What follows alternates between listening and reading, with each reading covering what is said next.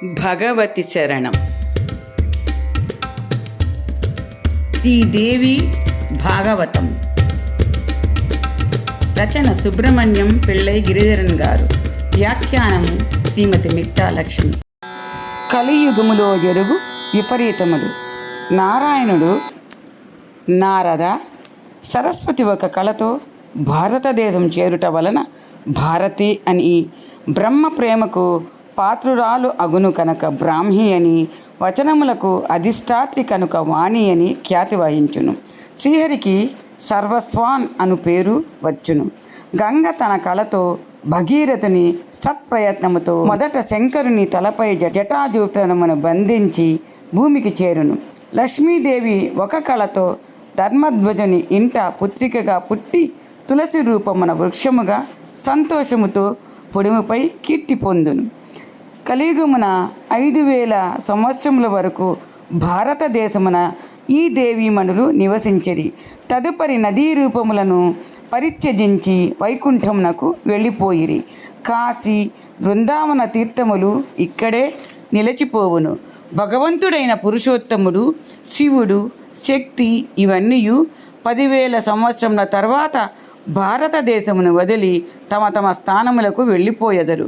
సాధువులు, పురాణములు, శంఖము, శ్రాద్ధములు, తర్పణములు, వేదోక్త కర్మలు ఇవన్నీ భారతదేశమును వదిలి వెళ్ళిపోవును. సత్యము, ధర్మము, గ్రామ దేవతలు, వ్రతములు, తపములు, ఉపవాసములు ఇవన్నీ ఈ భారతదేశము నుండి అదృశ్యమగును. ప్రజలందరూ మద్య మాంసములు, అసత్యములు, శఠులు, అహంకారులు, దొంగలు, హింసించువారు ప్రపంచమంతయు వ్యాపించెదరు. జాతి భేదము తొలగిపోవును. భయరహితులై ఏ వర్ణపు స్త్రీనైనను వివాహము చేసుకొందరు. పురుషులందరూ స్త్రీలకు అధీనులై ప్రవర్తించెదరు. బ్రాహ్మణ, క్షత్రియ, వైశ్య, శూద్రులు అనబడు 4 వర్ణముల వారు తమ ఆచార విచారములను వదిలిపెట్టుదురు.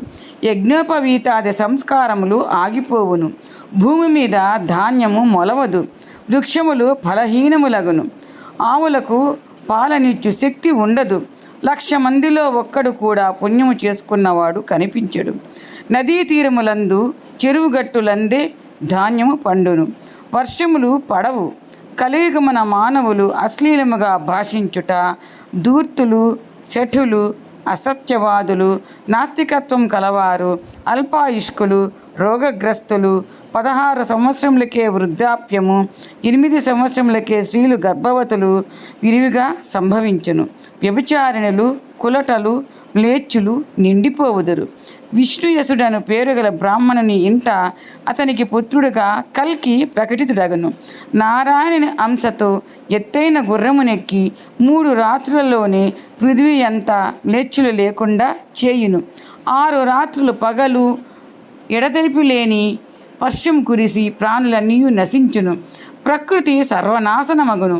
ఆ శూన్యపు సమయమున 12 సూర్యులు ఒక్కసారిగా ఉదయించెదరు. సూర్యుల తేజస్సుతో భూమి ఎండిపోవును. ఇంచుమించు కలియుగము సమాప్తమైనట్లే.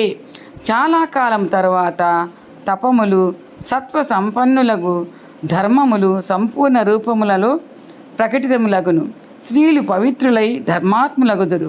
బ్రాహ్మణ, క్షత్రియ, వైశ్య వంశముల వారు శక్తి స్వరూపిణి భగవతి జగదంబను శ్రద్ధాభక్తులతో ఉపాసించెదరు.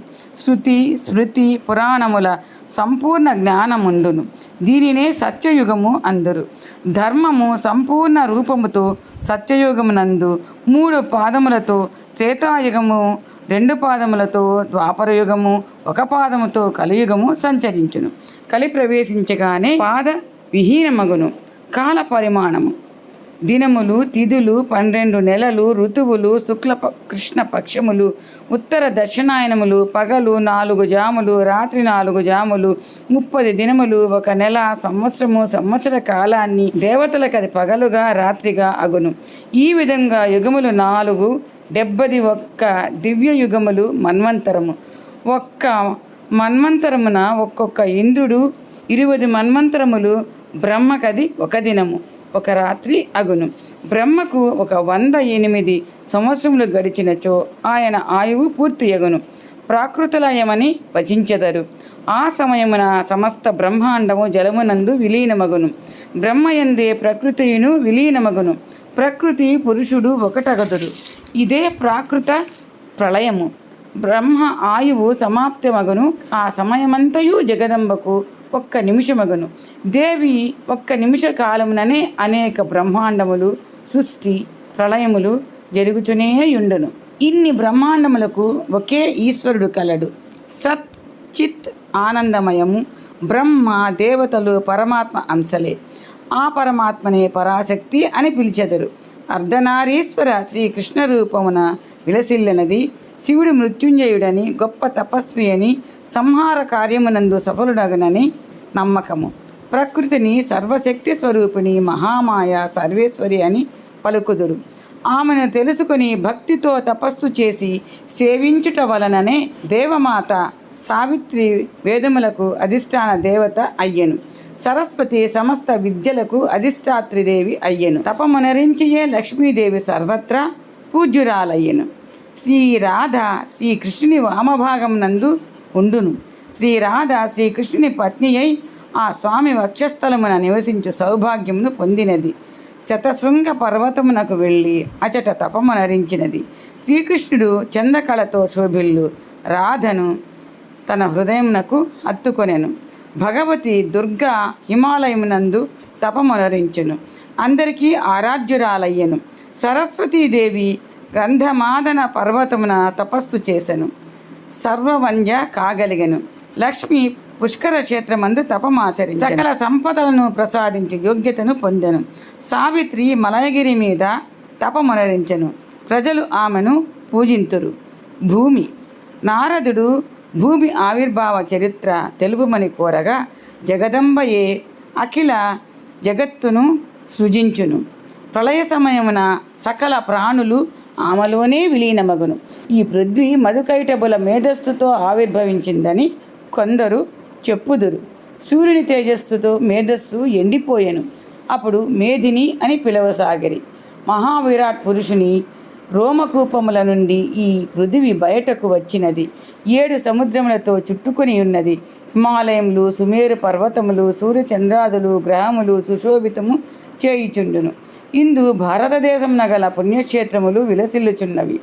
దీని మీద 7 స్వర్గములు, నిమ్న భాగమున 7 పాతాళములు, పైనున్నవి బ్రహ్మలోకము, ధ్రువలోకమున్నది.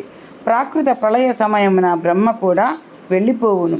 అప్పుడు అదృశ్య శక్తి అధీనమున ఉండును. వరాహకల్పమునందు ఇది మూర్తిమంతమై ఉండెను. సకల దేవతలు ఈమెను పూజించిరి. వరాహ అవతారమెత్తెను. పృథివీ పత్ని అయి విలసిల్లెను. మంగళుడను కుమారుడు ఉదయించెను. మంగళునకు ఘటేశుడు జన్మించెను. వరాహావతారమెత్తిన శ్రీహరి హిరణ్యాక్షుని వధించి పృథివిని రసాతలము నుండి బయటకు తెచ్చెను. పృథివీ మీదనే కూర్చొని విశ్వమును సృజించెను. ఆ దేవిని చూచి శ్రీహరి మనస్సులో ప్రేమించవలనన్న భావము జనించెను. పృథివీదేవి రతీదేవిలాగా కనిపించగా ఆమెతో ఒక దివ్య సంవత్సరము ఏకాంతమున గడిపెను. శ్రీహరి పృథ్వీదేవితో నీవు అందరికీ ఆశ్రయం ప్రసాదించు, సుపూజితవు కమ్ము. సౌరమానం ప్రకారము ఆద్రా నక్షత్ర ప్రథమ చరణమునందు పృథివీ ఋతుమతియగును. దీనినే అంబువాచి అందరూ. గృహప్రవేశము గృహారంభమున సమస్త ప్రజలు నిన్ను పూజించెదరు. నిన్ను పూజించిన వారు నరకము పాలగుదురు. అప్పుడు పృథివీ గర్భవతిగా ఉండి మంగళుడను పేరు గల గ్రహము జన్మించెను. 3 లోకములందు పృథివిని కన్వశాఖయందు చెప్పబడిన మంత్రములను స్తుతిస్తూ ఉండిరి. మొదట వరాహ భగవానుడు పూజించెను. బ్రహ్మ ఈ పూజ యందు సంలగ్నుడయ్యెను. మునిగణములు, మనువులు, మానవులు ఈమెను పూజించిరి. ఓం హ్రీం శ్రీం వసుధాయ స్వాహ అను మంత్రముతో విష్ణు భగవానుడు ఈమెను పూజించెను. నారాయణుడు భగవతి నీవు జలమునకు ఆధారము. శ్రీహరి యజ్ఞవరాహ రూపమున నీ చెంతకేతించును. స్వామికి పత్నివైతివి. నేను శుభములను పొందుటకు నిన్ను ప్రార్థించెదను. దేవి నీవు సర్వజ్ఞవు, సర్వశక్తి సమన్వితవు. నీ విగ్రహము పుణ్యప్రదము. దేవి సకల పంటలు నీ మీద ఆధారపడును. సస్యములను పండించుదానవు. నారాయణుడు స్వయముగా భూమిని స్తుతించెను. ప్రాతకాలమున దీనిని పఠించిన పురుషుడు రాజగును. భూదానము చేసిన దాని వలన కలుగు పుణ్యమునకు అధికారి అగును. సంధ్యావందనం చేత పవిత్రుడైన బ్రాహ్మణునకు ఒక విశ్వామాత్రపు భూమిని దానం చేసిన పురుషుడు శివమందిర నిర్మాత పొందు పుణ్యమును పొందును. బ్రాహ్మణునకు ఇవ్వబడిన భూమిని హరించు వ్యక్తి నరకమునకు వెళ్ళును. గోవులు చెరించు భూమిని దున్ని వచ్చిన ధాన్యమును బ్రాహ్మణునికిచ్చినచో ఆ కర్మ వలన కుంభీపాక నరకమును అడుదురు. గోశాలను తటాకమును త్రోవను దున్ని పండించిన వాటిని దానమసిగిన అసిపత్ర నరకము పడును. కామాంధుడు వీర్యపాతము చేసినవాడు రౌరవ నరకము అనుభవించును.